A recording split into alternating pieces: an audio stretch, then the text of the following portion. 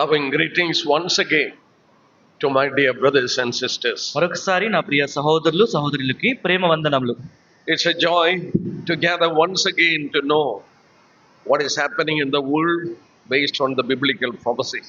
ప్రస్తుత దినముల్లో బైబిల్ ప్రవచనములు ఆధారం చేసుకుంటూ ఈ లోకములో ఏం జరుగుతుందో తెలుసుకున్నట ఎంతో ఆసక్తికరమైన విషయం. We have already taken 2 sessions and we are going into the 3rd session. 2 తరగతులు మనం ధ్యానం చేసి 3వ తరగతిలోకి మనం ప్రవేశించున్నాం. Now we are going to look into some of the world events in relation to Israel that is happening in the time in which we are living. Israel దేశంకి సంబంధించి ప్రస్తుత దినముల్లోని ఎటువంటి సంఘటనలు సంభవిస్తున్నాయో ఆ విషయాల గురించి మనం చూడబోతున్నాం.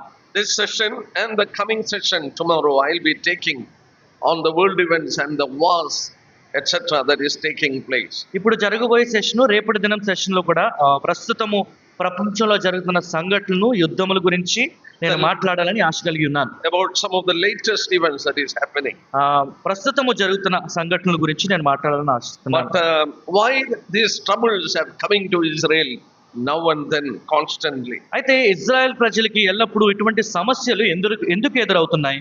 We need to understand why it is happening. ఎందుకు ఇలా జరుగుతుంది అని మనం గ్రహించగలగాలి. Turn with me to Isaiah chapter 43. యెషయా గ్రంథము 43వ అధ్యాయము. We will go slowly and we will, time is little past, I think we will take 1 hour. Okay? 4:30. Okay. Turn with me to Isaiah chapter 43. యెషయా గ్రంథము 43వ అధ్యాయము. We studied in the morning how God has brought them back. ఉదయకాల సమయంలో దేవుడు వారిని ఎలాగ సమకూర్చారనే విషయాలు చూసుకున్నాం. God told them, I will take you from among the Gentiles, from the nations, and I will gather you back to your own land. నేను మిమ్మును ఆయా దేశం నుంచి తిరిగి మీ స్వదేశమునకు నేను సమకూర్చదునని దేవుడు ఇచ్చిన వాగ్దానం మనం చూసుకున్నాం.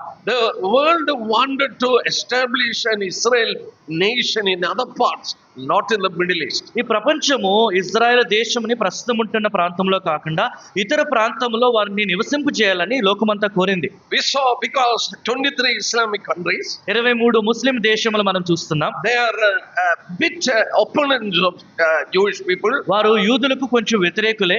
So in order to, if a country known as Israel is established in midst of these countries, Israel అనే ఒక దేశము ఈ దేశముల మధ్యగానే ఒకవేళ ఉద్భవించినట్లయితే it's not only a danger for that place, it is a danger for the whole world nation. అది ఆ ప్రాంతమునకు ప్రమాదం మాత్రమే కాదు కానీ ప్రపంచంలో ఉన్న అన్ని దేశములకు అది ప్రమాదకరమైనదే. That's the reason the world nations have suggested to establish the Jewish country in other parts of the world. ఆ కారణము చేతనే ప్రపంచంలో ఉన్న ఆయా దేశాలు ఇజ్రాయెల్ దేశంని మరొక ప్రాంతంలో ఎక్కడ మనం పెడదామని వారు ఆశించారు. I have the list of the countries. People are, the nations have suggested 17 different places for Israel. ఆయా దేశములు ఇజ్రాయెల్ ప్రజలకి ఒక దేశము ఇచ్చుటకు ఆయా ప్రాంతములు వీరుంటున్న ప్రాంతము కాకుండా 17 ప్రాంతములు వారు సజెస్ట్ చేశారు. చేశారు. God's purpose only one place. కానీ దేవుని ఉద్దేశము కేవలం ఒక ప్రదేశం మాత్రమే. Even though I have read it, we will read once again that passage and come back to Isaiah. అదొకసారి నేను చదివినప్పటికీ మరొకసారి ఆ వాక్య భాగం మనం చదువుకుని తిరిగి యెషయా గ్రంథమునకు వద్దాం. I will read only one verse. ఒక వాక్యము మాత్రమే మనం చదువుకుందాం. We took from Ezekiel chapter 36. యెహెజ్కేలు గ్రంథము 36వ అధ్యాయంలో మనం చూసుకున్నాం. We were reading and studying that in Ezekiel 36 you find 21 times God is telling I will. యెహెజ్కేలు గ్రంథము 36వ అధ్యాయంలో నేను చేయుదును అని 21 మార్లు దేవుడు అంటున్నట్లుగా మనం చూస్తున్నాం. 21 times he says I will do that. That is in relation to the nation of Israel. 21 మార్లు Israel దేశమునకు సంబంధించి నేను చేయుదును అని దేవుడు చెప్తున్నట్లుగా మనం చూస్తున్నాం. That you find in chapter 36 of Ezekiel. ఇది యెహెజ్కేలు గ్రంథము 36వ అధ్యాయంలో మనం చూస్తున్నాం. We will read one verse, that is verse 24. మనం ముందు చూసుకున్న వాక్యమే 24వ వచనం మరొకసారి మనం చూసుకుందాం. I will take you from among the nations, gather you out of all the countries and bring you into your own land. నేను అన్యజనుల్లో నుండి మిమ్మును తోడుకొని ఆయా దేశములో నుండి సమకూర్చి మీ స్వదేశములోనికి మిమ్మును రప్పించెదను. We studied in the first class that God, through an eternal covenant, blood covenant, that land was given to the descendants of Abraham. మనం చూసుకున్న మొదటి సెషన్ లో దేవుడు అబ్రహాము సంతతి వారికి ఒక రక్తంతో కూడిన నిబంధనతోని ఈ ప్రదేశం ఇచ్చినట్లుగా మనం చూసాం. God cannot change his word దేవుడు ఆయన మాట మార్చని వాడు, because it is a blood covenant, ఎందుకంటే అది రక్తంతో చేయబడిన ఒక నిబంధన. not based on their faithfulness, but it is based on God's faithfulness. వారి నమ్మకత్వం బట్టి గురించి కాదు కానీ దేవుడు నమ్మదగిన వాడు కనుక అలా We saw చేస్తున్నాడు. God didn't allow Abraham to walk through the clutched animal. Abraham ఆ ఖండించబడిన ఆ జంతువు మధ్య నుంచి ప్రవేశించడానికి దేవుడు He అనుమతించలేదు కానీ was sitting alone, scared in the night. Abraham భయముతో అక్కడ కూర్చుని ఒంటరిగా ఉన్నాడు. At that time, the fire torch, it went between this clutched ఆ animal, సమయమందు అగ్ని ఖండించబడిన ఈ పశువు మధ్య నుండి వెళ్ళినట్లుగా మనం చూస్తున్నాం. representing God. అది దేవుణ్ణి చూపిస్తుంది. And we read in Genesis 15, in that day, God made a covenant with Abraham. ఆది కాండము 15వ అధ్యాయం మనం చూసినప్పుడు దేవుడు అబ్రహాముతో ఆ దినమున నిబంధన చేసుకున్నాను చూస్తున్నాం. That covenant is in relation to the land. ఆ నిబంధన ఆ ప్రదేశం ఆ స్థలం గురించినదే. Even if the whole world is against this program, yet God will fulfill his word. లోకమంతయు ఈ ప్రణాళికకు విరుద్ధముగా ఉన్న దేవుడు ఆయన చిత్తంని నెరవేర్చబోతున్నాడు. Because earth and the fullness belongs to him only. ఎందుకంటే ప్రపంచము అందులో ఉన్న అన్ని కూడా ఆయనకు సంబంధించినవే. And we find that from the nations, God has brought this back people and established them in their own land that he gave to them. ఆయా దేశములన్నిటి నుంచి దేవుడు వీరిని సమకూర్చి వారి స్వదేశంలో వారికి రప్పించినట్లుగా మనం చూస్తున్నాం. We see in the hand of God. దేవుని హస్తము ఇక్కడ మనం We can చూడగలుగుతున్నాం. see a living God సజీవుడైన దేవుడిని మనం చూస్తున్నాం. still working in history, ఆయన ఇప్పటికీ చరిత్రలో పనిచేస్తున్నాడు. moving people from 130 countries. 130 వేరు వేరు దేశం నుంచి ప్రజలను ఆయన సమకూరుస్తున్నాడు. I will take you from among the nations. వారి మధ్య నుంచి నేను మిమ్మల్ని తోడుకొని వచ్చేదను. Things that has never happened in history. ఎన్నడూ కూడా చరిత్రలో జరగని వంటి ఒక సంఘటనలు. Bringing a country from 130 countries. 130 వేరు వేరు దేశం నుంచి ఒక దేశంని సమకూర్చుట. Even in India, there were a lot of Jewish people. భారతదేశంలో కూడా ఎంతో మంది యూదులు ఉండేవారు. I come from Kerala.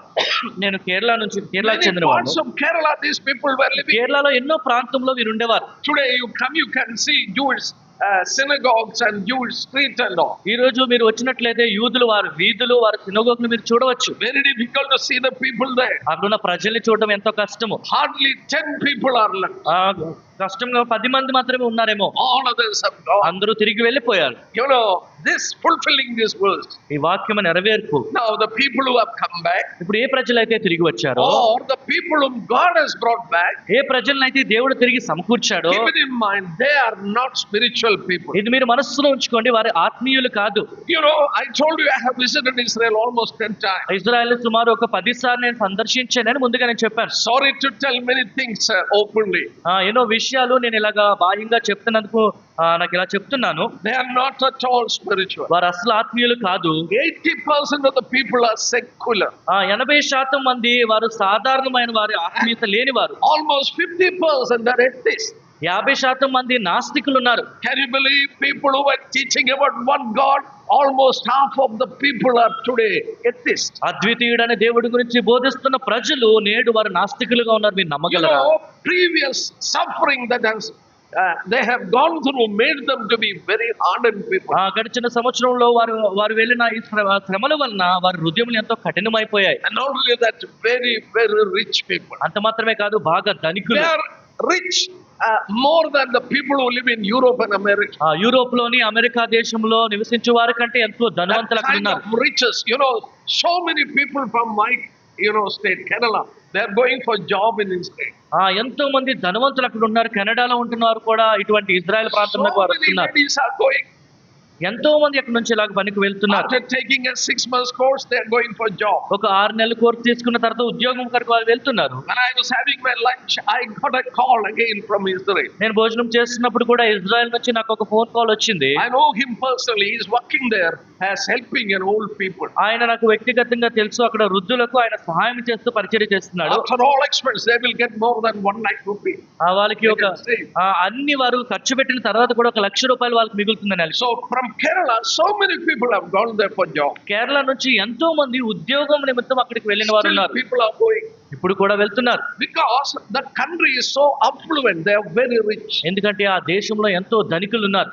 Along this richness brought all kind of fleshy things also. ఈ ధనం వలన ఎన్నో శారీరక విషయాలు కూడా వారి మధ్యకి వచ్చాయి. For example, ఉదాహరణకి as I was traveling through this Tel Aviv area, ఈ టెల్ అవీవ్ ప్రాంతం గుండా నేను వెళ్తున్నప్పుడు, Tel Aviv is actually the capital of Israel. Tel Aviv ప్రాంతము ఇజ్రాయెల్ దేశమునకు రాజధాని పట్టణం. It is a beach area. అది సముద్రం ఉండే ప్రాంతము.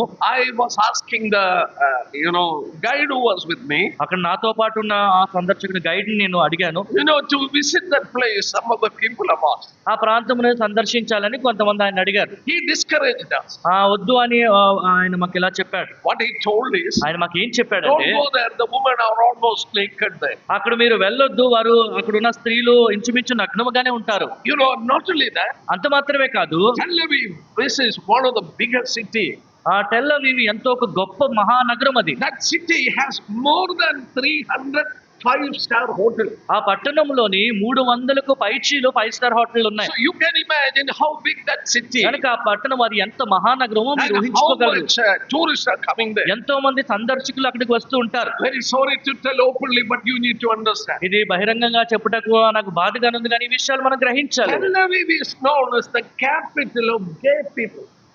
టెల్ అవీవ్ ప్రాంతము మగవారు కలిసి ఉండే ఒక ప్రాంతం, నాకు అది రాజధాని అని చెప్తూ ఉంటారు. Capital of gay people of the world. ఆ ప్రపంచంలోని ఇలాగా మగవారు కలిసి సాంగత్యం చేసే వారికి ఒక రాజధానిగా అది ఉంది. Turn with me to Revelation chapter 11. ప్రకటన గ్రంథము 11వ అధ్యాయం చూద్దాం. Understand it from the scripture itself. లేఖన భాగం నుంచి అది మనం గ్రహించడానికి ప్రయత్నిద్దాం. When two prophets comes to this world in the tribulation period, మహాశ్రమల కాలం అప్పుడు ఇద్దరు ప్రవక్తలు ఈ లోకమునకు వచ్చినప్పుడు their bodies will be lying in the street. వారి శవములు ఆ వీధుల్లో ఉంటాయి. That is in Jerusalem. అది యెరూషలేం వీధులు అని మనం చూస్తున్నాం. And God has called spiritually this city with two other names. ఆ ఆత్మీయమైన పేరుతో ఈ పట్టణముని మరొక 2 పేర్లతో దేవుడు పిలుస్తున్నట్లుగా మనం చూస్తున్నాం. Look at Revelation chapter 11. చూడండి ప్రకటన గ్రంథము 11వ అధ్యాయం and verses 8. 8వ వచనం మనం చూస్తున్నాం. Their dead bodies will lie in the streets of the great city, which spiritually is called Sodom and Egypt, where also our Lord was crucified.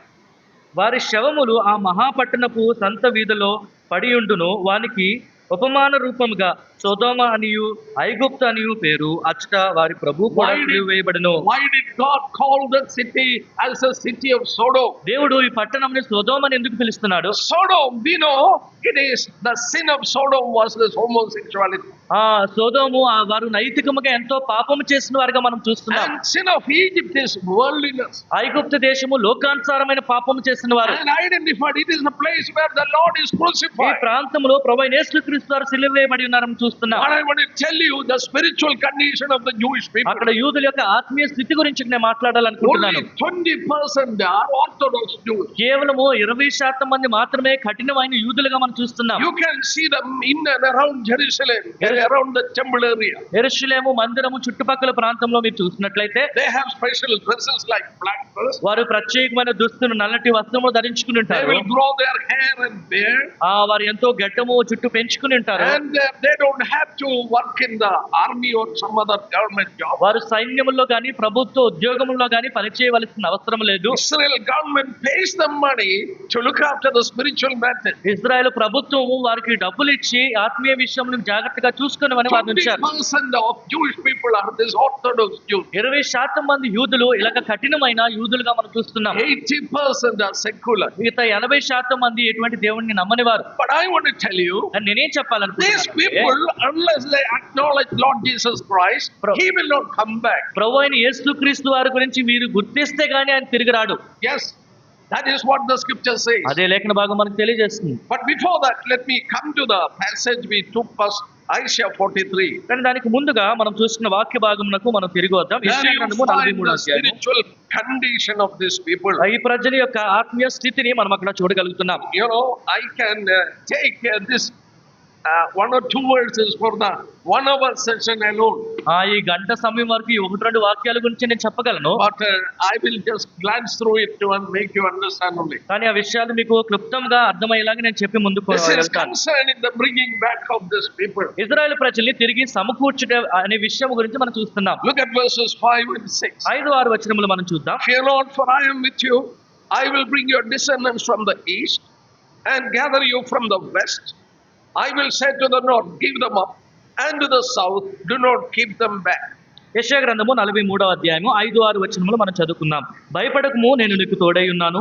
తూర్పు నుండి ఏ సంతానమును తెప్పించదను, పడమటి నుండి నిన్ను సమకూర్చి రప్పించదను. అప్పగింపమని ఉత్తర దిక్కునకు ఆజ్ఞ ఇచ్చదను, బిగబట్టవద్దని దక్షిణ దిక్కునకు ఆజ్ఞ ఇచ్చదను. దూరము నుండి నా కుమారులను, బూదిగంతము నుండి నా కుమార్తెలను తెప్పించుము.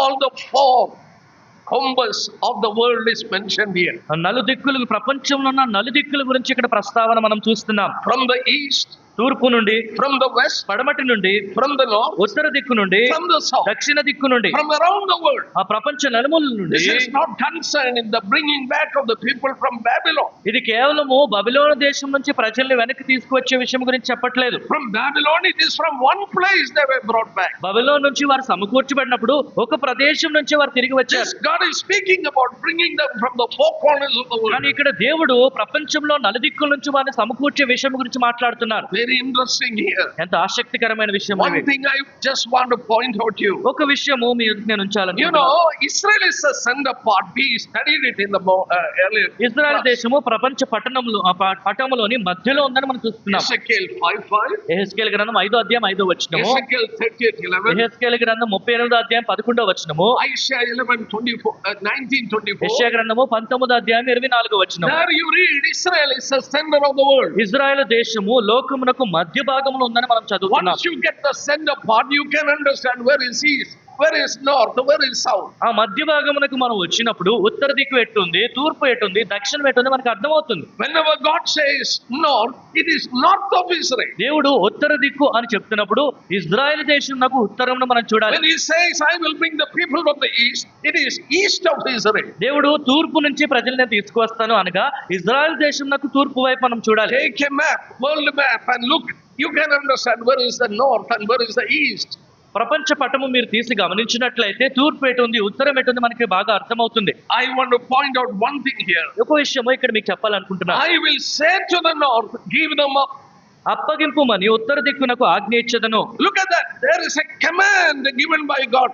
Give them up. దేవుడు అక్కడ ఒక ఆజ్ఞ ఇస్తున్నాడు, అప్పగింపుము. That he is not speaking to other corner of the world. అది ఇతర మూల భాగములతో దేవుడు ఆ మాట Only మాట్లాడట్లేదు. to కానీ the north party is telling, give them up. కేవలము ఉత్తర దిక్కునకు మాత్రమే దేవుడు ఆజ్ఞాపిస్తున్నాడు, అప్పగింపుము. Which is the north part of Israel? Israel దేశంలో ఉత్తర దిక్కున ఏ భాగం ఉంది? We know Lebanon, Syria, etc. is on the north part. Lebanon, Syria దేశంలో ఉత్తర దిక్కున ఇజ్రాయెల్ But ఉన్నాయని the మనకు తెలుసు. northwest part of Israel is Russia. కానీ ఇజ్రాయెల్ ప్రజలకి అత్యంత ఉత్తర దిక్కున ఉన్న దేశము రష్యా దేశము. God willing, tomorrow we will look into that prophecy. దేవుని చిత్తమైతే ఆ విషయాలు ప్రవచనముల గురించి రేపటి దినం See, మనం there are చర్చించుకుందాం. so many prophecies in relation to the northern part where God is going to bring them back. ఉత్తర దిక్కు నుంచి వారిని ఎలాగ తీసుకురాబోతున్నాడు అనే విషయాల గురించి ఎన్నో ప్రవచనములు మన బైబిల్లో చూడగలుగుతున్నాం. Here also we read, God is commanding, give them up. ఇక్కడ కూడా దేవుడు ఆజ్ఞాపిస్తున్నాడు, అప్పగింపుము.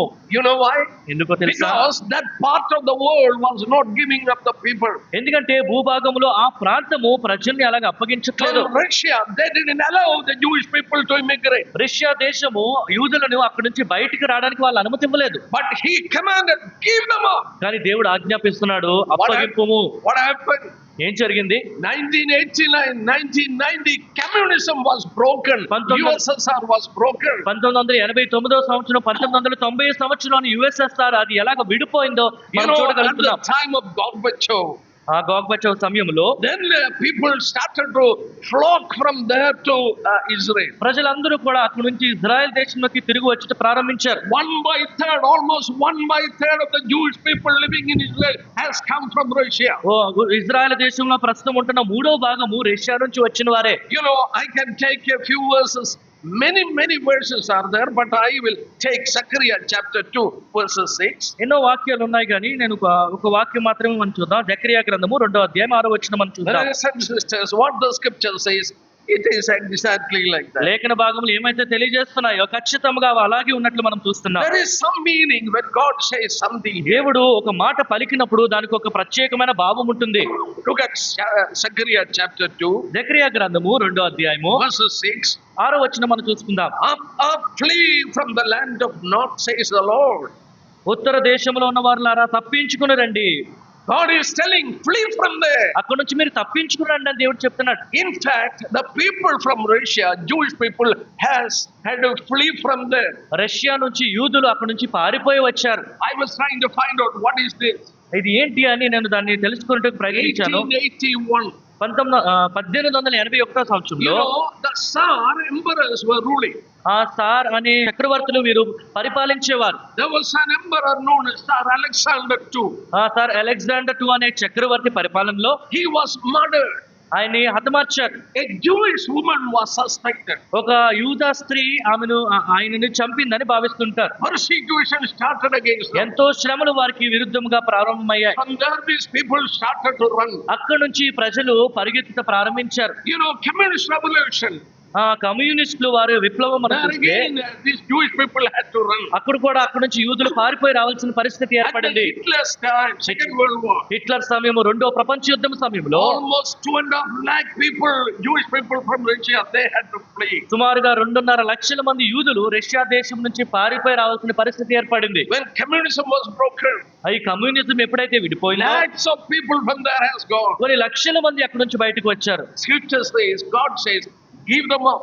లేఖన భాగంలో దేవుడు తెలియజేస్తున్నాడు, ఉత్తర దిక్కును అప్పగింపుము అంటూ. He is speaking to the northern part. ఆయన ఉత్తర దిక్కుతో ఆయన మాట్లాడుతున్నట్లుగా మనం చూస్తున్నాం. Flee from the land of north. ఆ ఉత్తర దేశంలో ఉన్న వారులారా తప్పించుకుని రండి. Other verses I am not taking. ఇంక మరి వచనాలు నేను తీసుకున్నట్లేదు. But we will come back to that Isaiah 43 again. తిరిగి యెషయా గ్రంథము 43 అధ్యాయమునకు మనం తిరిగి వద్దాం. There, Isaiah 43, యెషయా గ్రంథము 43 అధ్యాయము. we find that from four corners God is bringing back this. నలుదిక్కుల నుండి ఇజ్రాయెల్ ప్రజల్ని దేవుడు సమకూరుస్తున్నట్టుగా మనం అక్కడ చదవగలుగుతున్నాం. That has happened. That has happened in the time in which we are living. మనము జీవించుతున్న ఈ సమయంలోనే చరిత్రలోనే ఆ సంఘటన సంభవించింది. But I want to point out to you something here. ఆ మరొక మాట వైపు మీ దృష్టిని నేను I కేంద్రీకరించాలనుకుంటున్నాను. read that passage in order to bring out this truth. ఈ సత్యముని మీ ముందు బయలుపరచుటకే ఈ వాక్యం నేను చదివాను. We saw from verse 4, 5 and 6 that God is bringing them from four corners. 5-6 వచనములు మనం చూస్తున్నప్పుడు ప్రపంచ నలుదిక్కుల నుంచి వారిని సమకూరుస్తున్నాడు దేవుడు అని మనం చూస్తాం. God gives a description of these people in verses 8 and 9. వీరి గురించి 8-9 వచనంలో దేవుడు వివరణ ఇస్తున్నట్లుగా మనం చూస్తున్నాం. We will read verse 8. 8వ వచనం చూడండి. Bring out the blind people who have eyes and the deaf who have ears. కన్నులుండి అందులైన వారిని, చెవులుండి బదురులైన వారిని తీసుకుని రండి. Yes, brothers and sisters, అవును సహోదర సహోదరి, the people who have been brought back, they are blind and deaf.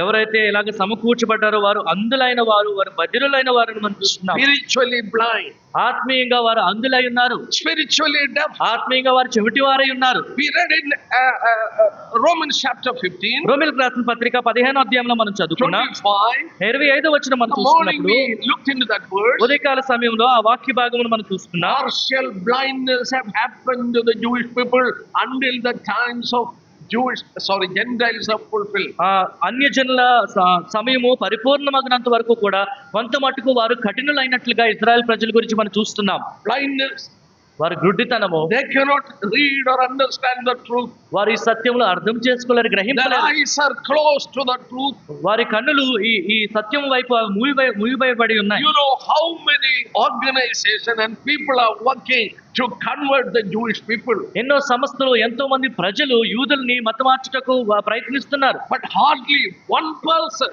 only one person, they are known as Messianic Jews. ఆ అతి కష్టం మీద 1% మంది మాత్రమే మెస్సియానిక్ యూదులు అని From చెప్పబడుతూ the ఉంటారు. Jewish people, only 1% have been converted to Christianity. యూదుల్లోని కేవలం 1% మంది మాత్రమే క్రైస్తవంలోకి వారు మారిపోయారు. They are hardened. They are so hardened. వారి హృదయం వారు ఎంతో కఠినపరుచుకున్నారు. They don't want to hear the truth. ఈ విషయాలు, ఈ సత్యములు వారు They తెలుసుకోవాలనుకోవట్లేదు. cannot understand the truth as they read. ఈ విషయంలో చదువుతుండగా వారు అర్థం చేసుకోలేని పరిస్థితి. They are spiritually blind and spiritually deaf. ఆత్మీయంగా గుడ్డివారు, ఆత్మీయంగా చెవిటివారు వల్ల వీరు ఉన్నారని There చూస్తారు. are many other verses I don't want to take. ఇంకా ఎన్నో వాక్యాలు ఉన్నాయి కానీ అవన్నీ నేను But keep వివరించాలనుకోవట్లేదు. it in mind. కానీ ఒక విషయం మీరు The గమనించండి, Lord is going to come and dwell in midst of them. ప్రభు తిరిగి రానే ఉన్నాడు, వారి మధ్య నివసించున్నాడు. The Lord has to come back to these people. ప్రభు తిరిగి ఈ ప్రజల యొద్దకు రావాలి. We know God dwells in the praises of His people. That's what we read in Psalms 22. దేవుడు తన ప్రజల స్తుతుల మధ్య నివసించుచున్నాడని 22వ కీర్తనలో మనం చదువుతున్నాం. How can He come back to this unbelieving people? ఆయన తిరిగి అవిశ్వాసులైన వీరి యొద్దకు ఎలా రాగలడు? When you turn to Zechariah, జకర్యా గ్రంథము, there in Zechariah chapter 8, I think, జకర్యా గ్రంథం 8వ అధ్యాయం చూడండి. we will just go through that. Yeah, yes, Zechariah 8 and verses 3. జకర్యా గ్రంథము 8వ అధ్యాయం 3వ వచనం. No, chapter 8, Zechariah 8 జకర్యా గ్రంథము 8వ అధ్యాయము 3వ వచనం. and verses 3. 3వ వచనం మనం తీసుకుందాం. There you read, thus says the Lord, I will return to Zion and dwell in the midst of Jerusalem. యెహోవా సెలవిచ్చినదేమనగా, నేను సియోను నద్దకు మరలా వచ్చి యెరూషలేములో నివాసము చేతును. We read in Psalm, కీర్తనలో మనం చదువుకున్నాం, I have set my king in Zion. నా రాజును సియోనులో నేను నిలబెట్టుకున్నాను. 2వ కీర్తనలో మనం చూస్తున్నాం. Zion is another name given to Jerusalem. సియోను అన్న పేరు యెరూషలేము పట్టణముకు ఇవ్వబడిన మరొక పేరు. As the Lord comes back, ప్రభువు తిరిగి వచ్చిండగా He is going to dwell in Jerusalem. ఆయన వచ్చి యెరూషలేములో నివసింపబోచున్నాడు. Jerusalem is going to be the capital of the world. యెరూషలేము ప్రపంచ రాజధానిగా ఉండబోతుంది. We read in Isaiah 2 and 2. యెషయా గ్రంథము 2వ అధ్యాయం 2వ వచనం మనం At చూసుకున్నప్పుడు least we will read one or two passages. 1-2 వాక్య భాగములు మనం చూసుకుందాం. We read in Zechariah 8 and 3 very clearly, the Lord comes back, He is going to dwell in Jerusalem. జకర్యా గ్రంథము 8వ అధ్యాయం 3వ వచనం ఎంతో స్పష్టంగా ప్రభువు తిరిగి వచ్చి యెరూషలేములో నివసింపబోచున్నాడని మనం చదువుకున్నాం. Look at chapter 2 of Isaiah and verses 2. యెషయా గ్రంథము చూడండి. యెషయా గ్రంథము 2వ అధ్యాయం 2వ వచనం మనం It shall చదువుకున్నాం. come to pass in the later days that the mountain of the Lord's house shall be established on the top of the mountain and shall be exalted above the hills, and all the nations shall flow to it. Many people shall come and say, Come, let us go up to the mountain of the Lord, to the house of Jacob, God of Jacob. అంత్య దినముల్లో పర్వతములపైన యెహోవా మందిర పర్వతము పర్వత శిఖరమున స్థిరపరచబడి కొండల కంటే ఎత్తుగా ఎత్తబడును. ప్రవాహము వచ్చినట్లు సమస్త అన్యజనులు దానిలోకి వచ్చెదరు. ఆ కాలంన సియోనులో నుండి ధర్మశాస్త్రము, యెరూషలేములో నుండి యెహోవా వాక్కు బయలువెళ్ళును. జనములు గుంపులు గుంపులుగా వచ్చి యాకోబు దేవుని మందిరమునకు యెహోవా పర్వతమునకు మనం వెళ్ళుదము రండి అని చెప్పుకుంటారని చూస్తున్నాం. As the Lord is going to be in Jerusalem, యెహోవా దేవుడు యెరూషలేములో నివసించుచుండగా from around the world the nation will come there. ప్రపంచం నలుదిక్కుల నుండి ఆయా దేశముల వారు అక్కడికి వస్తారు. Verses 3 says that He will teach them the way of God, 3వ వచనం మనం చూస్తున్నప్పుడు ఆయన తన మార్గముల విషయమై మనకు బోధించును. and He will teach them how to walk in the way of the Lord. ఆయన త్రోవల్లో ఎలాగ నడుచుకోవాలో ఆయన మనకి నేర్పిస్తాడని Same చూస్తున్నాం. thing is told in Micah chapter 4. ఇదే మాటలు మీకా గ్రంథము 4వ అధ్యాయంలో కూడా మనం చూస్తున్నాం. Now you look reading first 3 verses. ఆ 3 వచనముల తర్వాత మీరు చదువుకోండి. What Isaiah told here is same thing is told there also. యెషయా గ్రంథంలో ఏ మాటలైతే చెప్పబడ్డాయో మీకా గ్రంథం 4వ అధ్యాయం మొదటి 3 వచనాల్లో అదే మాట మనం చూస్తున్నాం. But He cannot come and dwell in midst of these unbelieving people. కానీ ఆయన తిరిగి వచ్చి అవిశ్వాసుల మధ్య ఆయన నివసింపలేడు. It was when He rescued a group of people by the Passover lamb's blood. ఆ పస్కా గొర్రెపిల్ల ఒక వధ ద్వారా కొంతమంది ఒక గుంపును మాత్రమే ఆయన When He విమోచించాడు. separated them from Egypt, వారిని ఐగుప్తు దేశం నుంచి వేరుపరిచాడు. make me a sanctuary that I may dwell in midst of you. నేను మీ మధ్య నివసించలాగిన నా కొరకు ఒక నివాస స్థలం I ఏర్పాటు am చేయమని holy, చెప్పాడు. be holy. నేను పరిశుద్ధుని కనుక మీరు కూడా పరిశుద్ధునిగా ఉండవలని For ఆజ్ఞాపించాడు. this reason only I have brought you out of ఈ Egypt. కారణము చేతనే ఐగుప్తు నుండి మిమ్మల్ని బయటకు తీసుకొచ్చానని ప్రభు God చెప్పాడు. dwelt in midst of these people. దేవుడు వీరి మధ్య నివసించాడు. And again when He is going to come back, ఆయన తిరిగి మరలా రానే ఉండగా today it is not possible. ఈ రోజు అది సాధ్యపడదు. We know this is a sinful people. ఎందుకంటే ఇప్పుడున్న ప్రజలు వారు ఎంతో పాపంతో నిండి ఉన్నవారు. We were thinking about that. దాని గురించి మనం ఆలోచన చేస్తున్నాం. I will take 1 or 2 passages. 1-2 వాక్య భాగం నేను తీసుకుంటాను. See, these people cried aloud, crucify Him, crucify Him, we don't want Him. ఈ ప్రజలు గట్టిగా కేకలు వేసి సిలువ వేడి ఈయన మాకు అక్కర్లేదని కేకలు వేశారు. These people who cried out, we don't want Him, have to cry again for the Lord to come back. మాకు ఈయన అవసరం లేదని ఎవరైతే కేకలు వేస్తారో ప్రభువు తిరిగి రావాలని వారు మొరపెట్టాలి. Look at chapter 23 of Matthew. చూడండి మత్తయి సువార్త 23వ అధ్యాయం మనం చూద్దాం. This is the word spoken by the Lord Himself to these people. ప్రభువైన యేసుక్రీస్తు వారు తన ప్రజలతో చెప్తున్న మాటలు ఇక్కడ మనం గమనించవచ్చు. Chapter 23 of Matthew, మత్తయి సువార్త 23వ అధ్యాయము verses 38 and 39. 38-39 వచనములు మనం చూస్తున్నాం. See, your house is left to you desolate. ఇదిగో మీ ఇల్లు మీకు విడువబడి ఉన్నది.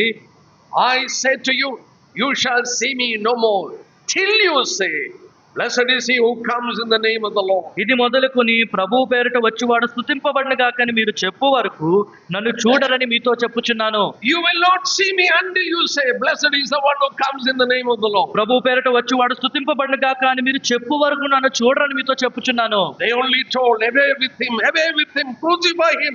We want Barabbas. ఆయన సిలువేడు మాకు బరబ్బా కావాలని వారు కేకలు వేశారు. With their tongue they have to confess it. వారు నాలుకతో వారు ఒప్పుకోవాలి.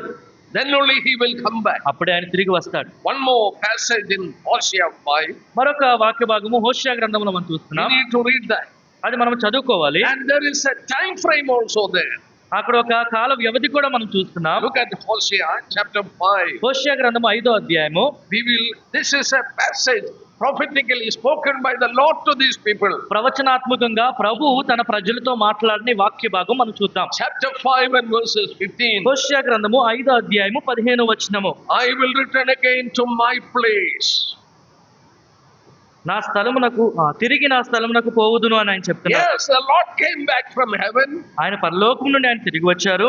They rejected him. వారు ఆయన They తృణీకరించారు. crucified him. వారు ఆయన సిలువ వేశారు. He was dead and he was resurrected. ఆయన సిలువ వేశారు. ఆయన పునరుద్ధానుడై తిరిగి లేచాడు. After 40 days, 40 దినముల తర్వాత I will return again to my place. నేను తిరిగి నా స్థలమునకు పోవుదును. He came from heaven and he has gone back to heaven. ఆయన పరలోకము నుండి వచ్చి తిరిగి ఆయన స్థలమునకు ఆయన చేరుకున్నారు.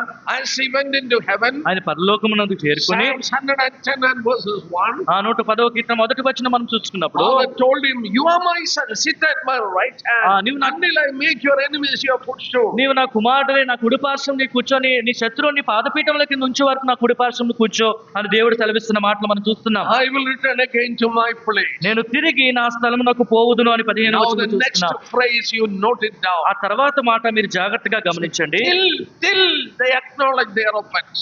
వారు మనస్సు త్రిప్పుకొని నన్ను వెతుకు వరకు The Lord will be in heaven till these Jewish people acknowledge their offense. యూదులు వారు మనస్సు త్రిప్పుకొని నన్ను వెతుకు వరకు ఆయన అలాగుంటాడని మనం చూస్తున్నాం. Then they will seek my face. అప్పుడు ఆయన వెతుకుదురని మనం చూస్తున్నాం. In their affliction they will earnestly seek me. తమకు దురవస్థ సంభవింపగా వారు నన్ను బహుశీఘ్రముగా వెతుకుదురు. Yes, in a particular time only they will earnestly seek him. ఒక ప్రత్యేకమైన సమయంలో మాత్రమే వారు బహుగా శీఘ్రముగా ఆయన గురించి వెతుకుతారు. Which is that time? ఆ సమయం ఎప్పుడు? Here it is written. ఇక్కడ మనం చూస్తున్నాం. They will earnestly seek me in their affliction.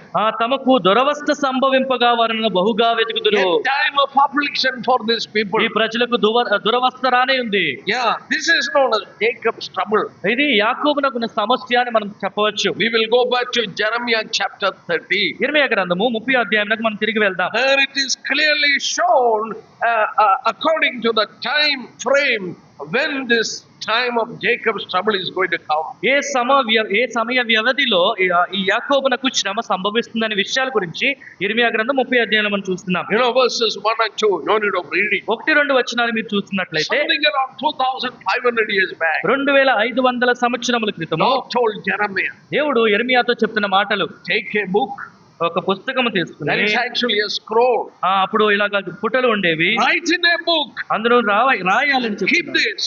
ఈ వాటిని ఉంచుకోనాలి. And he is told what is going to happen. ఏం జరగబోతుందో అని ఆయన చెప్పాడు. He is looking to a time, in the future.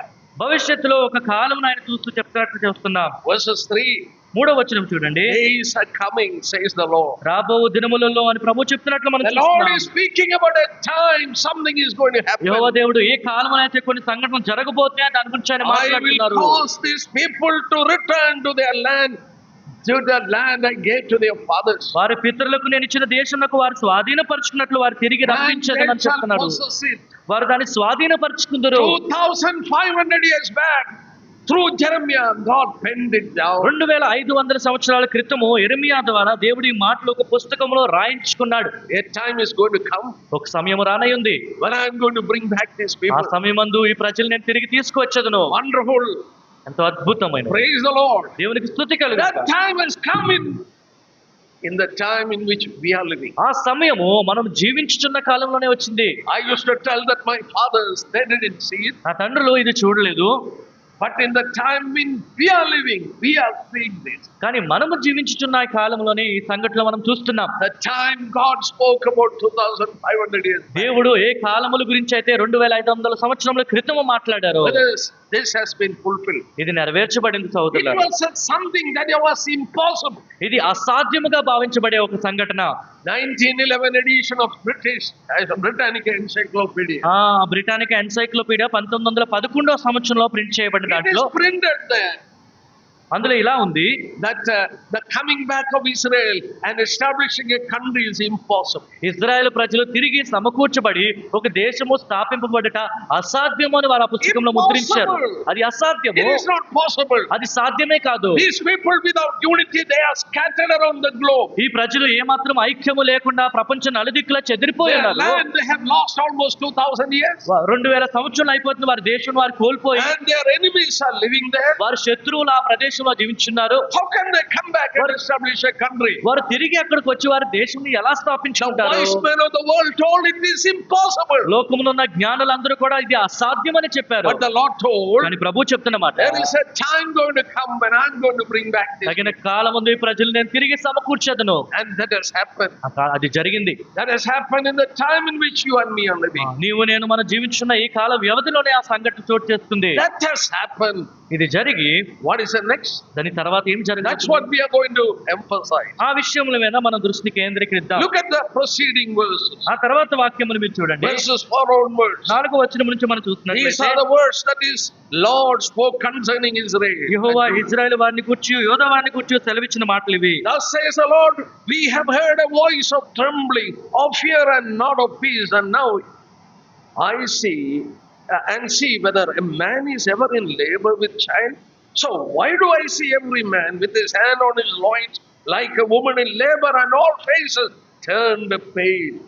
30వ అధ్యాయం ఇర్మియా గ్రంథము 5-6 వచనములు మనం చూసినట్లయితే, యెహోవా ఇట్లా నేను సమాధానం లేని కాలమున భీతి చేతను దిగులు చేతను జనులు కేకవేయగా వినుచున్నాము. మీరు విచారించి తెలుసుకునుడి. పురుషులు ప్రసూతి వేదనతో పిల్లలను కందురా? ప్రసవ వేదన పడు స్త్రీల వలె పురుషులందరూ నడుము మీద చేతులుంచుకొనుటయు వారి ముఖము తెల్లబారుటయు నాకు కనబడుచున్నదేమి? Men is like woman in labor pain. ఇక్కడ మనం చూసినట్లయితే పురుషులు ప్రసూతి వేదనతో ఉన్న వారి వెళ్ళే ఉన్నట్లు మనం చూస్తున్నాం. Their hands are on their loins and they're crying aloud. వారు నడుము మీద వారి చేతులు ఉంచుకొని వారు ఇలాగా ఏడుస్తున్నట్లుగా మనం చూస్తున్నాం. We see in verses 7. 7వ వచనం మనం చూసినట్లయితే, Oh, that day is great. అయ్యో ఎంత భయంకరమైన దినము, None is like that. అట్టి దినము మరి ఒకటి రాదు. No other time can compare to that time. ఏ కాలముని కూడా ఆ కాలముతో మనం పోల్చలేము. It is a time of Jacob's trouble. ఇది యాకోబు సంతతి వారికి ఆపద తెచ్చు దినము. Here you need to understand, after bringing back these people, next the program of God with them is bringing them into a troubled time. ఇక్కడ మీరు గ్రహించవలసిన విషయం ఏంటంటే, యూదా ప్రజల్ని సమకూర్చిన తర్వాత వారికి జరగబోయే సంఘటన ఆ సంతతి మీదకి ఆపద తెచ్చు దినము. This is what we read in Hosea 5:15. ఇదే హోషేయ గ్రంథం 5వ అధ్యాయం 15వ వచనంలో మనం చదువుకున్నాం. In their trouble they will earnestly seek me. వారి సమస్యలో బహు శీఘ్రముగా వారు దేవుని గురించి వెతుకుదురు. The time of Jacob's trouble. ఇది యాకోబు సంతతి వారు ఆపద తెచ్చు దినము. Written there, no other time can be compared to that. అటు ఏ కాలమును కూడా ఆ కాలంతో మనం పోల్చలేమని అక్కడ మనం చదువుతున్నాం. Exactly, that was repeated or told by our blessed Lord. ఖచ్చితంగా అదే మాటలు మన ప్రభు అయిన యేసుక్రీస్తు వారి ద్వారా మరొకసారి మనం చూస్తున్నాం. You read it in Matthew 24. చూడండి, మత్తయి సువార్త 24వ అధ్యాయంలో మనం మాట And చూస్తున్నాం. 21. 21వ వచనము. This is spoken by the Lord. ప్రభు అయిన యేసుక్రీస్తు వారు చెప్తున్న మాటలు ఇవి. Then there will be great tribulation, లోకారంభం నుండి ఇప్పటి వరకు అట్టి శ్రమ కలగలేదు, such as has not been since the beginning of the world until the time, nor ever shall be. లోక ఆరంభము నుండి ఇప్పటి వరకును అట్టి శ్రమ కలుగులేదు, ఇక ఎప్పుడు కలగబోదు అని 21వ వచనంలో మనం We చూస్తున్నాం. think what Hitler has done is the greatest persecution to the Jews. యూదులకు హిట్లర్ ఏమి చేస్తాడో అది ఎంతో భయంకరమైన శ్రమగా మనం భావిస్తూ ఉంటాం. In the Second World War, రెండవ ప్రపంచ యుద్ధంలో there were 90 Jewish people, 90 lakhs Jewish people in Europe. 90 లక్షల మంది యూదులు ఐరోపా ఖండంలో నివసించేవారు. Out of this 90 lakhs, 60 lakhs were killed. ఈ 90 లక్షల మందిలో 60 లక్షల మంది హతమార్చబడ్డారు. Can you imagine killing 60 lakhs of people? 60 లక్షల మందిని చంపడం అంటే ఇది మీరు ఊహించుకోగలరా? Only 30 lakhs were left. కేవలం 30 లక్షల మంది మాత్రమే మిగిలి ఉన్నారు. But here the Bible says, no other time is there to compare it. కానీ ఇక్కడ బైబిల్ గ్రంథం తెలియజేస్తున్న మాట, అటువంటి కాలము ఏ కాలముతో కూడా మనము పోల్చలేమని చూస్తున్నాం. That's what Jeremiah also told. యెరెమియా కూడా అదే మాటలు ప్రస్తావిస్తున్నాడు. None is like that. అటువంటి కాలం ఎన్నడూ The లేదు. most terrible time is going to come to Israel. ఎంతో భయంకరమైన ఒక సమయము ఇజ్రాయెల్ ప్రజలకు రానయ్యుంది. We read in Zechariah, Zechariah గ్రంథంలో మనం చదువుతున్నాం, 2/3 of the Jewish people will be killed. ముగ్గురులో 2వ వంతు యూదులు చంపబడతారని మనం చదువుతున్నాం. All the nation will come to take Jerusalem, and they will kill 2/3 of the people. ప్రపంచ దేశములందరూ కలిసి వచ్చి యెరూషలేమును తీసుకున్నట్టుకు వారు వచ్చి యూదుల్లో 3వ వంతులో 2వ భాగం వారు తీసుకోబోతారని మనం చూస్తున్నాం. No other time can be compared to that. ఏ కాలమును కూడా ఆ కాలంతో మనం పోల్చలేము. Only in this trouble they will turn to God. ఇటువంటి సమస్యలోనే వారు దేవుని తట్టుకు తిరుగుతారని One చూస్తున్నాం. passage coming to my mind from Deuteronomy, ద్వితీయోపదేశ కాండంలో మరొక వాక్య భాగము నా మనసు తడుతుంది. chapter 4. 4వ అధ్యాయం చూడండి. Moses told it earlier itself. ఆ మోషే ఎప్పుడో ఈ మాటలు చెప్పినట్లుగా మనం చూస్తున్నాం. Even in the beginning of their history, he told. వారి చరిత్ర ప్రారంభంలోనే మోషే ఈ మాటలు తెలియజేస్తున్నాడు. At least we will read one verse. ఒక్క వాక్యమైనా మనం చదువుకుందాం. When verses 30. ద్వితీయోపదేశ కాండము 4వ అధ్యాయము 30వ వచనం. When you are in distress, that word I have NKJV Bible. On the side it is written tribulation. When you are in tribulation, and all these things come upon you in the later days, when you turn to the Lord your God and obey His voice. 30వ వచనం మనం చూసినట్లయితే, ఈ సంగతులన్నీ నీకు సంభవించిన తర్వాత నీకు బాధ కలిగినప్పుడు అంత్య దినముల్లో నీవు నీ దేవుడైన యెహోవాకు తిరిగి ఆయన మాట విని నీ ఎడ్ల. బాధ కలిగినప్పుడు అన్నది కేజీవి తర్జుమాలోని శ్రమలు కలిగినప్పుడు అని అది అనువదించబడి ఉన్నది. It has to happen in the end time. ఇది అంత్య దినముల్లోనే సంభవించవలసినది. In the later days. అంత్య దినముల్లో, That is in relation to the second coming of the Lord, glorious appearing. ఇది మన ప్రభువైన యేసుక్రీస్తు వారు మహిమ కలిగిన ఆ మహిమతో రానున్న 2వ రాకడ గురించి చెప్పబడిన విషయాలు. All this tribulation comes upon you. ఈ శ్రమలన్నీ కూడా మీ మీదకి వచ్చినప్పుడు, When you are in trial, when you are in trouble. నీకు బాధ కలిగినప్పుడు, నువ్వు శ్రమల్లో ఉన్నప్పుడు. Hosea 5:15, the old. హోషేయ గ్రంథం 5వ అధ్యాయం 15వ I will వచనంలో, go back to my place నేను తిరిగి నా ప్రదేశంలో నేను చేరుకుంటాను. till they acknowledge their offense. వారి తప్పిదమును వారు తెలుసుకున్నంత వరకు నేను అక్కడ ఉంటానని These చెప్తున్నారు. people have to acknowledge their offense. ఈ ప్రజలు వారు చేసిన తప్పిదమును వారు తెలుసుకోవాలి. And the Lord Himself spoke there, in their affliction they will earnestly seek me. ప్రభువే స్వయంగా అక్కడ చెప్తున్న మాటలు, వారి ఉపద్రవం, వారి శ్రమలోనే వారు శీఘ్రముగా ఆయన కోసం వెతుకుదురు. Look at the world events. లోకంలో జరుగుతున్న సంఘటనలు మీరు Now గమనించండి. Gaza is almost finished. Gaza ప్రాంతం అంతా కూడా నిర్మూలన చేయబడింది. ఇప్పుడు You know, it is almost every day, headline of the news. ప్రతిదినము మనం వార్తల్లోని మొదటి పేజీలో మాటలు మనం చూస్తున్నాం. You know, Donald Trump wanted to rebuild and he wanted to take this Gaza Strip. ఆ డొనాల్డ్ ట్రంప్ తిరిగి ఆ గాజా స్ట్రిప్ ని అది ఆక్రమించుకుని అది తిరిగి నిర్మించాలని I ఆశించాడు. don't think it will happen. అది జరగదని నేను భావిస్తున్నాను. It is difficult, not easy. అది కష్ట సాధ్యం, అంత సులభమైన Because కాదు. Hamas is ruling. ఎందుకంటే అక్కడ హమాస్ పరిపాలన చేస్తుంది. We think that Hamas is finished. Hamas అది నిర్మూలన చేయబడిందని మనం No, భావిస్తున్నాం. never. అది అన్నటికీ జరగదు. Most of the people, they are enmity to Israel. It is increasing day by day. ఎంతో మంది ప్రజలు ఇజ్రాయెల్ తో శత్రుత్వము ప్రతిదినము అది ఇంకా పెరుగుతూనే ఉంది. Their children, their wives, their houses, everything is destroyed by the Jewish people. వారి పిల్లలు, వారి భార్యలు, వారి ఇల్లులకు వారన్నీ కూడా నాశనం చేయబడ్డాయి ఇజ్రాయెల్ ప్రజల ద్వారా. On 2023 October 7th, 2023 సంవత్సరం అక్టోబర్ నెల 7వ తారీఖున they attacked Jewish people.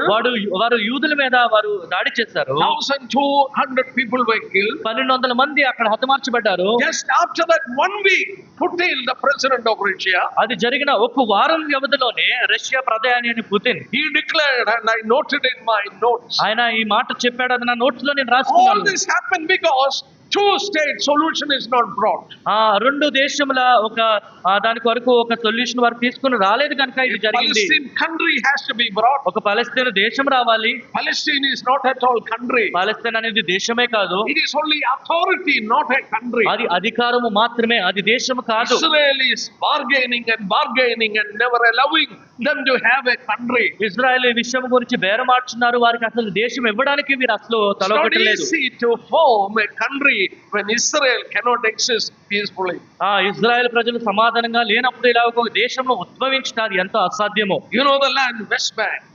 West bank అని మీరు వినే It ఉంటారు. is inside Israel. ఇజ్రాయెల్ లోనే పశ్చిమ వైపు అది ఉంది. That part, world is asking to give back.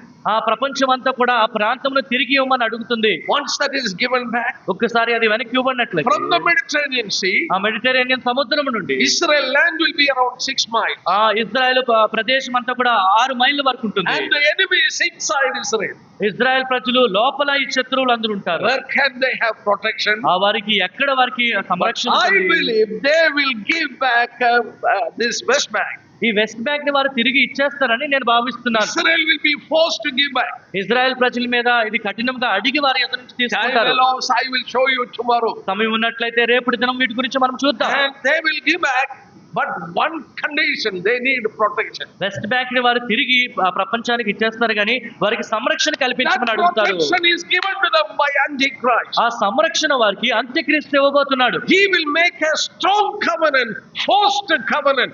Israel will be forced to sign that treaty. అంత్యక్రీస్తు బలవంతమైన ఒక వాగ్దానము, ఒక నిబంధన వారితో చేయబోతున్నాడు. బలవంతమైన సంతకము ఇజ్రాయెల్ ప్రజలతో చేయించబోతున్నారు. A peace treaty is going to be signed. ఒక సమాధానం కొరకు ఒక సంతకము చేయబోతున్నారు. Look at the world history now. ప్రపంచ చరిత్ర మీరు Look at చూడండి. the history in the Middle East.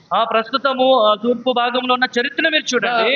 The situation is ripe for Israel to sign this peace treaty. అక్కడున్న పరిస్థితులు కానీ మనం గమనించినట్లయితే ఇజ్రాయెల్ ప్రజలు సమాధానం కొరకు సంతకం చేసే దినం దగ్గరలో ఉంది. Somewhere or other, Donald Trump is president of America. ఇప్పుడు డొనాల్డ్ ట్రంప్ అమెరికాకు ప్రెసిడెంట్ గా ఉన్నాడు. We don't know what all things he is going to do. ఆయన ఏమేం చేయబోతున్నాడో మనకు తెలియదు. Do you think that the Middle East countries will allow that?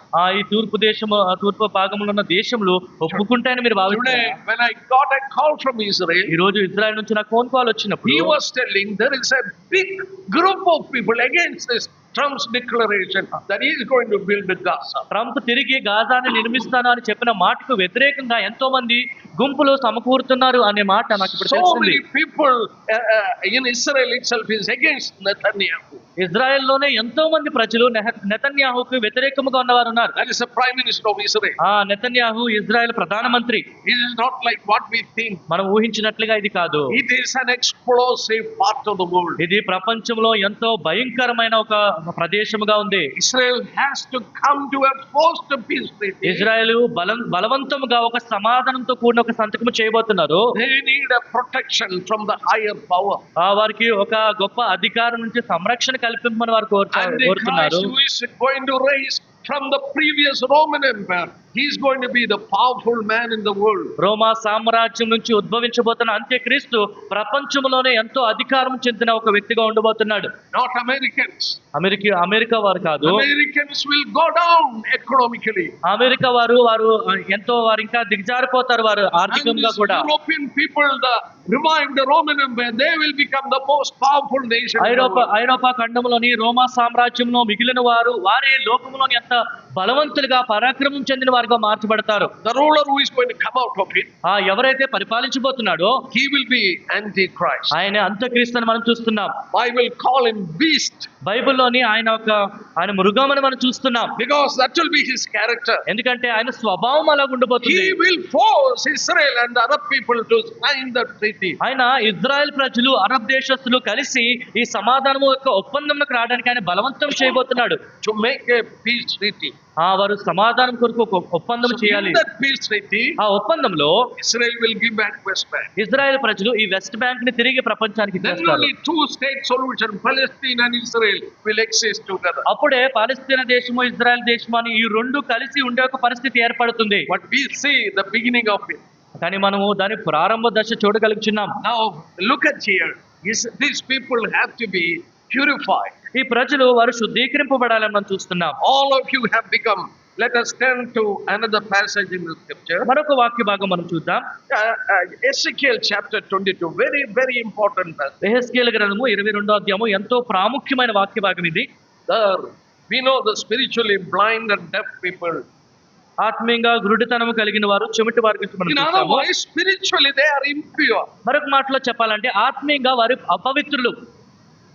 In order to read and understand this passage, ఆ విషయంలో చదివి అర్థం చేసుకున్నటకు I want to go back to Lamentation. విలాప వాక్యం నుంచి ఒక మాట నేను చదవాలనుకుంటున్నాను. You know, we will read that passage and come back here. ఆ వాక్య భాగం మనం చదువుకుని యెహెజ్కేలు గ్రంథమునకు తిరిగి వద్దాం. In the book of Lamentation, విలాప వాక్యముల్లో there something is told about the Jewish people. యూదుల గురించి ఒక మాట మనం అక్కడ చూస్తున్నాం. Read only what I am going to tell. నేను చెప్పినది మాత్రం మీరు చదవండి. Look at chapter 4, 4వ అధ్యాయము, Lamentation 4, విలాప వాక్యములు 4వ అధ్యాయము, beginning of verse 1. మొదటి వాక్యం మీరు చూడండి. How the gold has become dim, how changed the fine gold. బంగారము ఎట్లు మందగిలినది, మేలిమి బంగారం ఎట్లు మార్చబడినది. What is this gold? ఈ బంగారం అంటే ఏంటి? Look at verses 2. 2వ వచనం మీరు చూడండి. The precious sons of Zion, valuable as fine gold. మేలిమి బంగారంతో పోల్చదగిన సియోను ప్రియకుమారులు. Before God, these Jewish people, their fathers were fine gold. దేవుని ఎదుట ఈ యూదుల పితరులు వారు మేలిమి బంగారము వలె ఉన్నారు. They were pure gold. వారు ఎంతో మేలిమి బంగారం వలె ఉన్నారని చూస్తున్నాం. Prophet is crying, how did the gold become dim?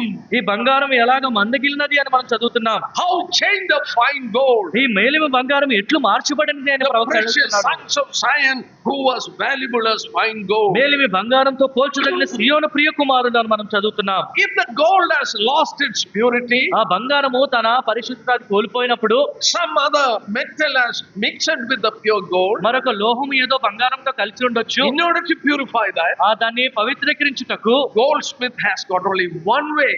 ఈ బంగారము పని చేసేవారు చేయాల్సింది ఒకే ఒక పని. He has to take this impure gold and put it in a furnace, ఈ అపవిత్రమైన ఈ బంగారం తీసుకుని కొలిమిలో వేయాలి. but blow the fire on that gold, దాని మీద అగ్ని ఈ బంగారంలో వేయగా melt that gold, ఆ బంగారం అంతా కరిగిపోయి and it can be purified. అలాగా అది శుద్ధీకరింపబడుతుందని మనం చూస్తున్నాం. Now turn to Ezekiel 22. ఇప్పుడు తిరిగి యెహెజ్కేలు గ్రంథము 22వ అధ్యాయంలోకి We మనం need వద్దాం. to read slowly from verses 17. నిదానముగా 17వ వచనం నుంచి మనం చదువుకుంటూ వెళ్దాం. God has a furnace to purify the Jewish people. Israel ప్రజల్ని శుద్ధీకరించుటకు ఒక కొలిమి దేవుడు ఏర్పాటు చేసినట్లుగా మనం చూస్తున్నాం. The word of the Lord came to me saying, Son of man, the house of Israel has become dross to me. 22వ అధ్యాయం 17వ వచనం, మరియు యెహోవా వాక్కు నాకు ప్రత్యక్షమై ఇలాగ సెలవిచ్చిన, నరపుత్రుడా, ఇజ్రాయేలు నా దృష్టికి మస్టు వంటి వారైరి. They are all bronze, tin, iron, lead in the midst of furnace.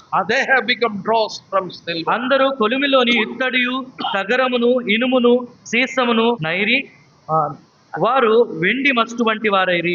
Just like we saw in Lamentation 4. విలాప వాక్యములు గ్రంథము 4వ అధ్యాయంలో మనం And చూసుకున్నట్లుగా verses 19 says, 19వ వచనం మనం చూసుకున్నట్లయితే, Therefore, thus says the Lord, కావున ప్రభు అయిన యెహోవా సెలవిచ్చినదేమనగా, because all of you have become dross, మీరందరూ మస్తు వంటి వారైతిరి, I will gather you into the midst of Jerusalem. నేను మిమ్మల్ని యెరూషలేము మధ్యన పోగు చేసేదను.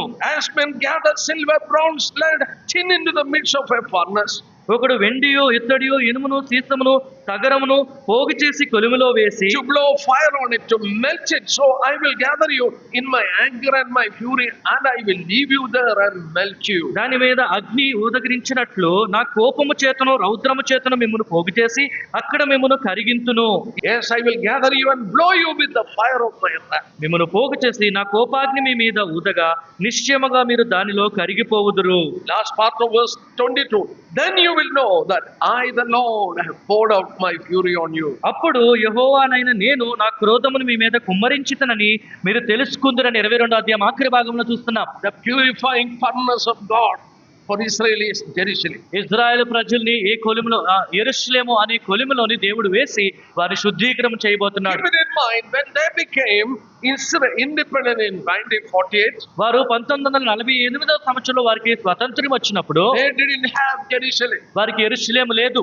Jerusalem means the old Jerusalem, that is the western part of Jerusalem. యెరూషలేము అనగా పురాతన యెరూషలేము పట్టణం అనగా పశ్చిమ భాగంలో ఉన్న That is యెరూషలేము. a holy Jerusalem. అది పరిశుద్ధమైన యెరూషలేము. There the temple stood. అక్కడ యెరూషలేము మందిరమును చూస్తున్నాం. There all the biblical important events have taken అక్కడ place. బైబిల్ గ్రంథంలో ఎంతో ప్రాముఖ్యమైన సంఘటనలు అక్కడ చోటు చేసుకున్నాయి. 1948, 1948వ there సంవత్సరంలో was a war, independent war for 13 months. ఒక స్వాతంత్ర్యం కొరకు అక్కడ 13 నెలల వరకు ఒక యుద్ధం జరిగింది. 1% of Israel population was killed. Israel ప్రజల్లో 1% మంది చంపబడ్డారు. They shed a lot of blood. ఎంతో రక్తపాతము జరిగింది. The fighting was for Jerusalem, యెరూషలేము కొరకు అక్కడ యుద్ధము జరిగింది. but Israel lost in Jerusalem. కానీ ఇజ్రాయేలీలు యెరూషలేమును వారు కోల్పోయారు. Because Arab people fought vigorously for Jerusalem. ఎందుకంటే అరబ్ లో ఉన్న ఈ దేశములు అన్ని కూడా కలిసి యెరూషలేము కొరకు ఎంతో కఠినంగా పోరాడాయి. Do you know why? ఎందుకో తెలుసా? All the Arab people are Muslims. Arab దేశస్తులు అందరూ కూడా ముస్లింలే. Muslim people, Muslim దేశస్తులు they believe వారు ఏం their విశ్వసిస్తున్నారంటే prophet Muhammad has gone to heaven from Jerusalem. Mohammed ప్రవక్త యెరూషలేము నుంచి పరలోకమునకు ఆసీనుడైనని వారు భావిస్తుంటారు. If you go to Jerusalem, యెరూషలేమునకు మీరు there is వెళ్ళినట్లయితే an area known as Temple Mount. ఒక మందిరము పర్వతము అని అక్కడ ఒక ప్రాంతము చూస్తున్నాం. I will try to take one session on rebuilding of the temple. ఆ మందిరము తిరిగి నిర్మాణం గురించి నేను ఒక సెషన్ తీసుకుంటూ You ప్రయత్నిస్తాను. know, it is around 34 acres. అది 34 ఎకరముల వరకు అది It విస్తీర్ణంలో is ఉంది. a plain land just like this floor. అది ఎంతో సదునుగా చేయబడిన ఒక ప్రదేశము. That is the costliest land in the world. అది ప్రపంచంలోనే ఎంతో ఖరీదైన ఒక భూమి. That is a place where Jewish people's temple was ఆ standing. ప్రాంతంలోని యూదుల యొక్క మందిరం ఉండేది. That is a place where Muhammad has gone to heaven. ఆ ప్రాంతం నుంచి మొహమ్మద్ పరలోకమునకు వెళ్ళాడని మీరు They భావిస్తుంటారు. believed he traveled on a white horse. ఒక శ్వేత గుర్రము మీద ఆయన ప్రయాణం చేసి From there, Al-Burq, he went into heaven. అక్కడ నుంచి ఆల్బుర్గ్ పరలోకమునకు ఆయన వెళ్ళాడని వారు చెప్తూ ఉంటారు. There they built a temple, mosque. అక్కడ వారు ఒక mosque మసీదుని That నిర్మించుకున్నారు. mosque is known as Al-Aqsa Mosque. దాన్ని అల్ అక్సా మాస్క్ అని అంటూ ఉంటారు. You know, in Arabic, Al-Aqsa means the farthest place. Arab భాషలోని అల్ అక్సా అంటే ఎంతో అత్యంత దూరమైన ప్రదేశం. That is the farthest place a prophet has traveled. వారి ప్రవక్త అత్యంత దూరము ఆయన ప్రయాణం చేసిన ఒక ప్రదేశంగా వారు భావిస్తుంటారు. It's very difficult to visit this temple bound area. ఈ ప్రదేశము ఈ పర్వతము ఇది సందర్శించడం ఎంతో కష్టము. Politically, it is a very sensitive. రాజకీయంగా చూస్తున్నా ఎంతో ఒక సున్నితమైన ప్రదేశం అది. Even though I have gone to Israel 10 times, నేను ఇజ్రాయెల్ దేశంలో 10 సార్లు వెళ్ళినా only 2 times I had the privilege to visit this place. 2 సార్లు మాత్రమే ఈ మందిర పర్వతం అనే ప్రదేశంలో నేను వెళ్ళగలిగాను.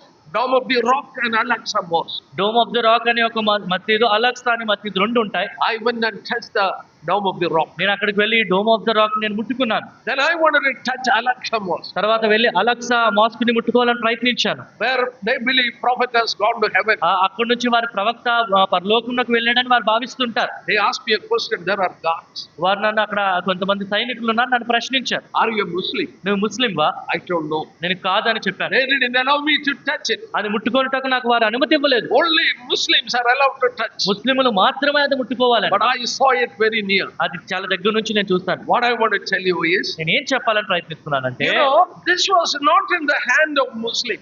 ఇది ముస్లింల చేతిలో ఉన్నది కాదు. Now I want to speak to you something very, very, very important. ఎంతో ప్రాముఖ్యమైన ఒక విషయము మీతో నేను పంచుకోవాలనుకుంటున్నాను. We know the Islam religion was established by Muhammad, Prophet Muhammad. ఇస్లాం మతము ప్రవక్త అయిన మహమ్మద్ ద్వారా ప్రారంభింపబడిందని మనకు తెలుసు. Muhammad died in AD 622. క్రీస్తు శకము 622వ సంవత్సరంలో మహమ్మద్ మరణించాడు. When Muhammad died, మహమ్మద్ మరణించినప్పుడు this Islam was only in Mecca and Medina, that is Saudi Arabia.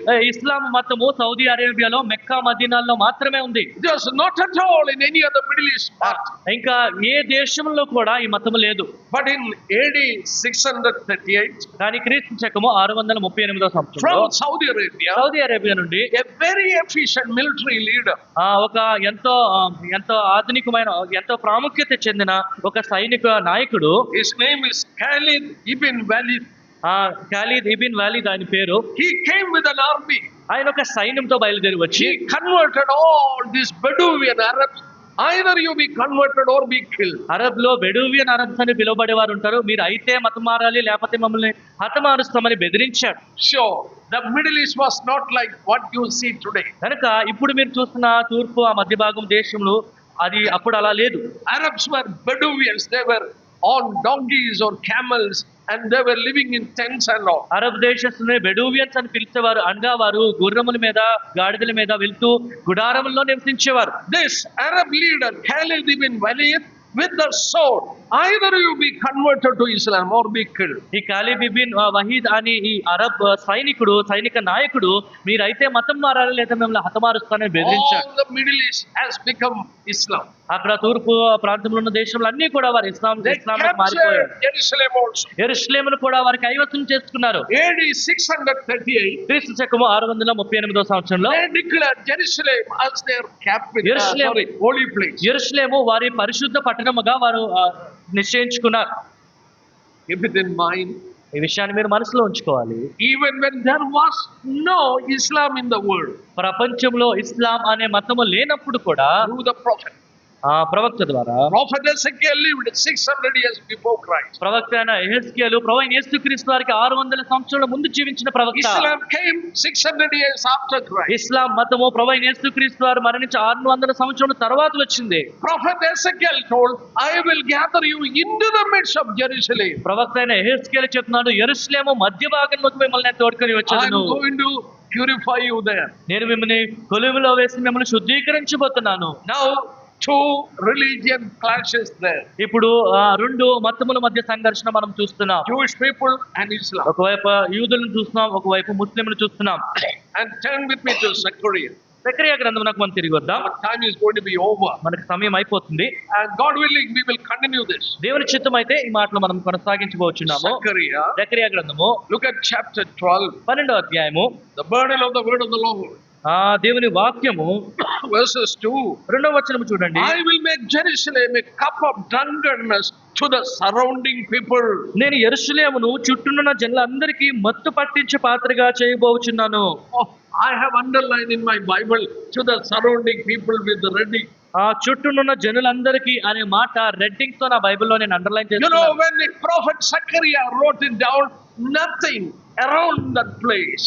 ప్రవక్త అయిన జకరియా ఈ మాటలు రాస్తున్నప్పుడు దాని చుట్టుపక్కల ఏమీ లేదు. No Islam. ఇస్లాం మతం లేదు. But that time he wrote, I'm going to make it a cup of drunkenness to the surrounding people. కానీ ఆ కాలమందే మనం చూస్తున్నాం, చుట్టూన జనులందరినీ మొత్తు పట్టించు పాత్రగా చేయబోచున్నాను అని ఆయన It is in AD 638 these places became Islam. క్రీస్తు శకము 638వ సంవత్సరము తర్వాతే ఇస్లాం దేశములుగా ఈ దేశములన్నీ మారిపోయాయి. Look at that. The surrounding nations are Islamic countries. ఆ చుట్టూనున్న దేశములన్నీ కూడా ఇస్లాం మతంలోకి చెందిన దేశములే. Here it is written, it will be a cup of drunkenness. అది మొత్తు పట్టించు పాత్రగా మనం చూస్తున్నాం. What is the meaning of that? దాని అర్థం ఏంటి? A place is going to be an intoxicating place. ఆ ప్రాంతము ఎంతో మత్తు పట్టించేదిగా ఉంటుందని మనం చూస్తున్నాం. You want to see that?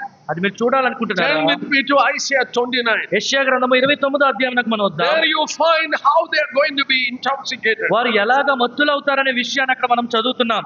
Isaiah chapter 29, యెషయా గ్రంథము 29వ అధ్యాయము verses 1. 1వ వచనం మనం Woe చూద్దాం. to Ariel, the city where David dwelt. యెరూషలేముకు శ్రమ, దావీదు నివసించిన పట్టణమునకు శ్రమ అని మనం చూస్తున్నాం. David dwelt in Zion, that is Jerusalem. దావీదు సియోను అనగా యెరూషలేములో నివసించాడు. That is, he is speaking about Jerusalem. యెరూషలేము గురించి మాట్లాడుతూ, And the people are coming and making siege. You read it in verses 3. 3వ వచనంలో చూసినట్లయితే ప్రజలందరూ అక్కడికి వచ్చి వారు ముట్టడి చేస్తున్నారని మనం I will చూస్తున్నాం. lay siege against you, a mound. నీకెదురుగా కోట కట్టి ముట్టడి దెబ్బ వేయుదును అని చదువుతున్నాం. See verses 7. 7వ వచనం చూడండి. Multitude of all the people who fight against Ariel. ఏరియాలతో యుద్ధము చేయు సమస్త జనుల సమూహమును. But people multitude, they will come around Jerusalem for fight. సమస్త జనుల సమూహములు యెరూషలేము మీదకి యుద్ధములకు రాబోచున్నారని చూస్తున్నాం. Now I want to read verse 9. 9వ వచనం నేను చదవాలనుకుంటున్నాను. Pause and wonder, blind yourself and be blind. They are drunk, but not with wine. They stagger, but not with intoxicating drink. జనులారా తేరి చూడుడి, విస్మయమందుడి, ఈ కండ్లను చెడగొట్టుకుని గ్రుడ్డివారగడి, ద్రాక్షారసము లేకయే వారు మొత్తులై ఉన్నారు, మద్యపానము చేయకే తూలుచున్నారు. These people who are surrounding people, ఏ ప్రజలైతే Israel ప్రజలు చుట్టుముట్టి ఉన్నారు, they are staggering, they are drunk, but not with wine. వారు మత్తులై ఉన్నారు కానీ ద్రాక్షారసం వల్ల కాదని చూస్తున్నాం. That cup, we read in Zechariah chapter 12. ఈ పాత్ర గురించి జకరియా గ్రంథము 12వ Behold, God is telling, behold, I will make Jerusalem a cup of drunkenness to the surrounding people. ఇదిగో నేను యెరూషలేమును చుట్టున్న జనులందరికీ మొత్తు పట్టించే పాత్రగా చేయబోచున్నానని దేవుడు సెలవిస్తున్నాడు. Religious intoxication. మతపరమైన ఒక మత్తు అని మనం చూస్తున్నాం. They are willing to die. వారు చనిపోవటకు See these people taking bomb and keeping in the body and coming and exploding. ఈ ప్రజలు మీరు చూడండి, వారు బాంబులు తీసుకుని వారి దేహంలోకి కట్టుకుని వారు చనిపోవటకు సిద్ధంగా వస్తున్నారు. Intoxicated. వారు మత్తులై ఉన్నారు. They believe if they die for this cause, immediately they will be in heaven and, reward. I don't want to tell it. ఈ కారణము కొరకు వారు మరణించినట్లయితే పరలోకం వెళ్తారు, వారికి ఏ ప్రతిఫలం వస్తుందో దాని గురించి కూడా నేను వివరించాలని ఆశించట్లేదు. They are intoxicated. వారు ఎంతో మత్తులై ఉన్నారు. See, God has told it even before Islam was born in this world. దేవుడు ఈ లోకంలోని ఇస్లాం మతం ఉద్భవించక ముందే ఈ మాటలు ఆయన వాక్యంలో సెలవిచ్చాడు. Before closing, let me tell you. ఈ మాటలు ముగించే ముందు ఇలా నేను చెప్పాలనుకుంటున్నాను. Jerusalem has already become a furnace in order to purify these Jewish people. Israel ప్రజలను యూదులను శుద్ధీకరించుటకు యెరూషలేము ఇప్పటికే ఒక కొలిమిగా అది మారి ఉంది. We as believers who hold the Bible, we need to understand it, analyze the events. విశ్వాసముగా దేవుని వాక్యమును బైబిల్ను పట్టుకున్న మనము ఈ సంఘటనని అర్థం చేసుకుని గ్రహించే వారిగా ఉండాలి. This has to happen at the time of Lord's glorious, between the rapture and the glorious appearance. ప్రభు అయిన యేసుక్రీస్తు వారి మహిమ గల ఆయన తిరిగి ఆయన రానున్న రాకడికి సంఘం ఎత్తబడుటకు మధ్యలో ఈ సంఘటన జరగాలని మనం చూస్తున్నాం. We should be taken up from here. మనం ఇక్కడ నుంచి కొనిపోబడాలి. It is after we are taken up, మనం ఎత్తబడిన తరువాత these things will happen. ఈ సంఘటనలన్నీ జరగబోచున్నాయి. Then in the end of the tribulation period, మహాశ్రమణ కాలం అంతా అయిపోయిన తర్వాత these Jewish people will terribly persecute. యూదులందరూ కూడా మహాశ్రమణకు లోనవుతారు. Then they will look to him whom they have feared. ఎవరినైతే వారు పొడిచారో ఆయన వారు చూడనై ఉన్నారు. Then the Lord will come. అప్పుడు ప్రభు రానై ఉన్నాడు. That is a glorious appearance. అదే మహిమ గల ప్రభు యొక్క రాక. Hosea 5:15, in their affliction they will earnestly. హోషేయ గ్రంథం 5:15 వారికి ఉపద్రవము శ్రమలు కలిగినప్పుడు వారు శీఘ్రముగా ఆయన కొరకు వెతుకుతారు. What an exciting time in which we are living. ఎంత ఆసక్తికరమైన సమయంలో మనం జీవించుతున్నాము. Yes, brothers, we are living in a very exciting. అవును సహోదరులారా, ఎంతో ఆసక్తికరమైన సమయంలో మనం జీవించున్నాము. May the Lord help us to analyze. ఈ విషయంలో అర్థం చేసుకుంటకు ప్రభు మనకి సహాయం చేయను కాదు. Not only that, అంత మాత్రమే కాదు, knowing that the Lord can come anytime and Prabhu take us up. ఏ సమయం అందైనా ఆయన రావచ్చు, మనం ఎత్తబడతాము. We don't know how long or how many days we will be here. మనకి ఎంత కాలం ఉందో, ఎన్ని దినములు ఉండిపోతున్నామో కూడా మనకు తెలియదు. Hold on for a little more time. ఇంకా కొంతకాలం మాత్రమే మనం కనిపెట్టుకుని The ఉందాము. Lord will come back. ప్రభు త్వరలో రానే ఉన్నాడు. His word is true. ఆయన మాట సత్యము. And things He revealed to us, ఆయన మనకు బయలుపరిచిన సంఘటనలు none of the wicked will understand, but the wise will understand. దుష్టులు ఎవరు అది గ్రహించలేరు, కానీ జ్ఞానులకు అవి గ్రహించగలరని చూస్తున్నాం. We are a blessed people. మనం ఎంతో ధన్యులము. But we need to love Him more earnestly. కానీ మనం ఆయన ఇంకా ఎక్కువగా ప్రేమించాలి. Spend more time in prayer. అధిక సమయము ప్రార్థనలో మనం Let గడపాలి. us be very close to the Lord. ఆయనకి అత్యంత సన్నిహితులుగా మనం వద్దాము. Every day is a thrilling day. ప్రతి దినము ఎంతో ఆసక్తికరమైన దినము. May the Lord bless and speak to us through this word. ప్రభు మనల్ని ఆశీర్వదించి ఈ మాటల ద్వారా మనతో మాట్లాడును గాక. Let His name be glorified. ఆయన నామమునకు మాత్రమే మహిమ కలుగును గాక. Thank you very much.